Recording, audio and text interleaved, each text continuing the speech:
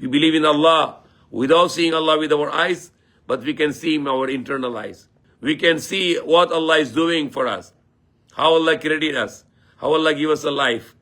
Just yesterday I was talking with my friends and I asked them that we have unlimited milk coming to us every day. We keep on drinking milk, making desserts and cheese and ice cream. And this all milk comes from most of those milk come from the cow. And I said, many times I saw the slaughtering of the cow. Even I slaughter myself the cows. I never see like female cow. I never see any drop of milk inside the cow. Never see. What I can see there is lots of blood, lots of meat and the bones, and dirt, the dung. You never found the one drop of milk whenever you slaughter a cow. And it is a miracle. When you cut the cow, you never see any milk inside, but still the milk is flowing from the cows. Non-stop. Millions of tons of milk is being served by the cows to the whole world. 8 billion people, they use the cow milk. Non-stop, the milk of cow is coming out from this cow, which is full of blood, full of meat, full of dung, full of urine, and full of all the dirt inside. Yet there is a purified milk is coming out non-stop. And whenever you slaughter and you try to check the milk inside, you will never find any milk inside the body of the cow. Allah is giving this milk. Yesterday, I drink the apple juice and I was thinking, subhanAllah, this apple come from the soil. And how it's very sweet apple Allah created for us. When you dig the soil, you'll not find anything there, anything sweet there, no any delicious fruits there, nothing.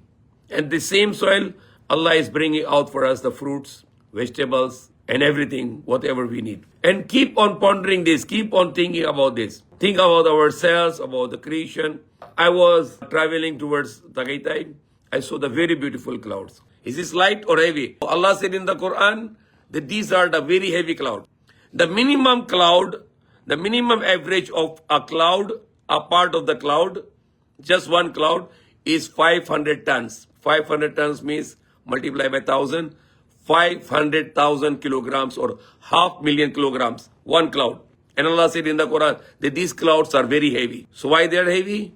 And he was shocked, this man was shocked. He's not Muslim, he says shocked. And what the Quran said is perfectly right. Because it's what you can Google it now and you can check it. When he Googled and he found out that the clouds are very heavy.